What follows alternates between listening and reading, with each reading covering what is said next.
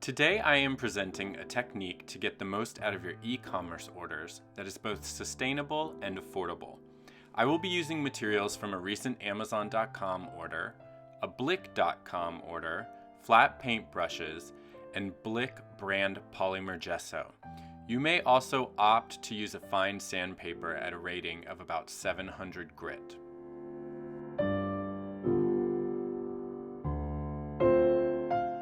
I use chipboard to make reliefs for repeat printing as seen in my previous videos.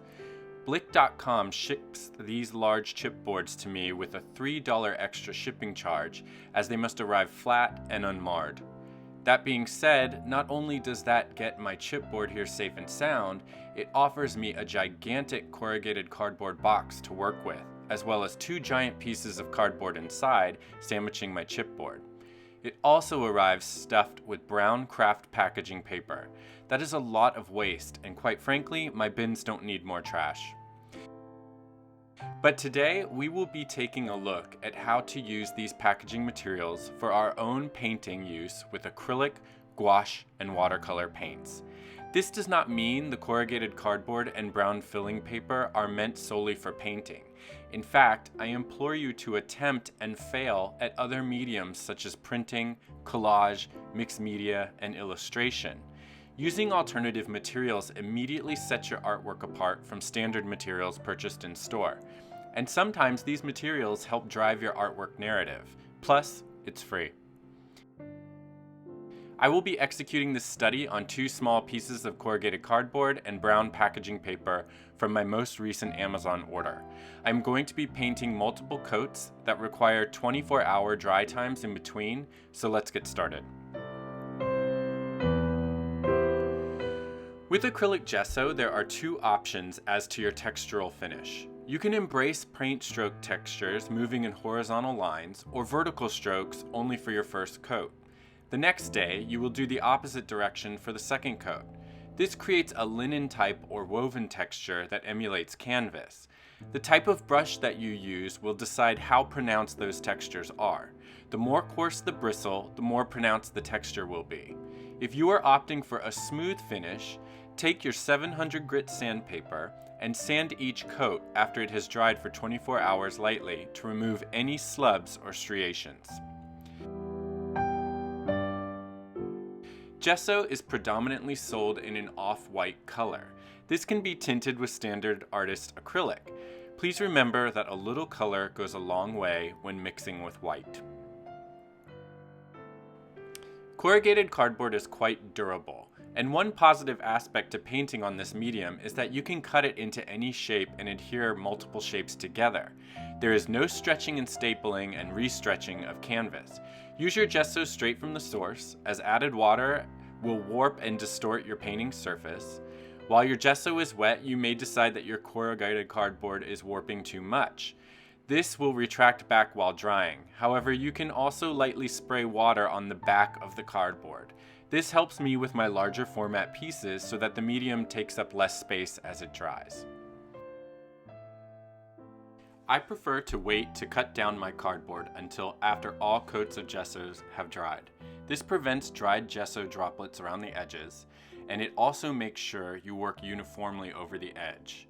We as humans instinctively lighten our strokes towards the edges of mediums of art.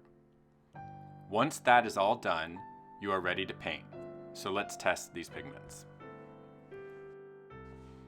I will be using Utrecht acrylic paint, Artist Loft's Economy gouache, and Merrimer Blue watercolor. I understand that there is a huge quality disparity here, as I have historically only worked in watercolor and decided that would be my investment medium. But for testing's sake, I don't think this will alter the outcome.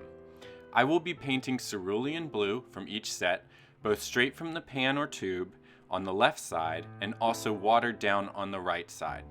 Please note, with acrylic paint, you would use flow aid or flow improver to liquefy the paint without losing the quality. However, I want to see what water does in this scenario mixed with the pigments. Let's start with gouache. As I painted the gouache over the 3 mediums, I started to notice how different the color looks with the different colors of medium underneath. Gouache is very opaque, meaning that it is a solid color and lacks transparency. That being said, I still observe traces of the white gesso showing through the pigment. Both the craft paper and untreated cardboard had a more earthy tint to the pigment, although the pigment was completely opaque.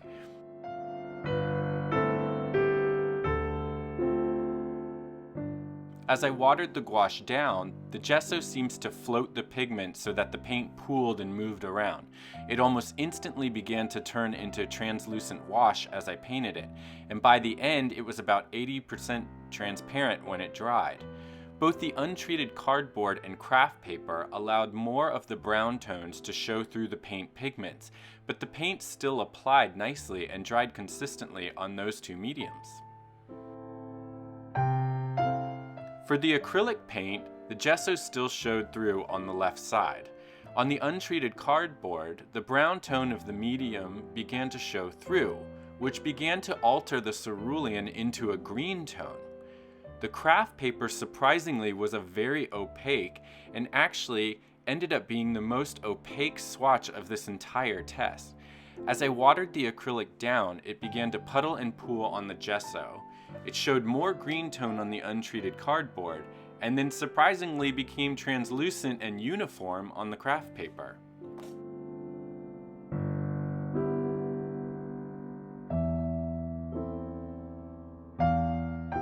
For the watercolor, I must have placed my thumb where the swatch was going to be because there is an exact oil resist of my thumbprint on the first swatch.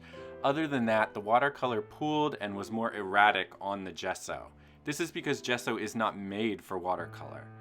On the cardboard, it created a beautiful gradient as I painted my way left, and the tone was much less green than the acrylic swatch above.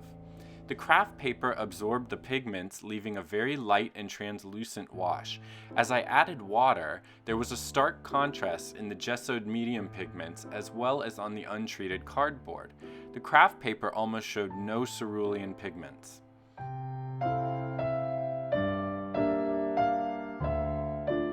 Thanks everyone for your time. I hope that you're inspired or at least curious enough to go out and try painting from home on some new canvas mediums. And I hope that this takes away some of the apprehensions you would have over the medium. Thanks so much for watching.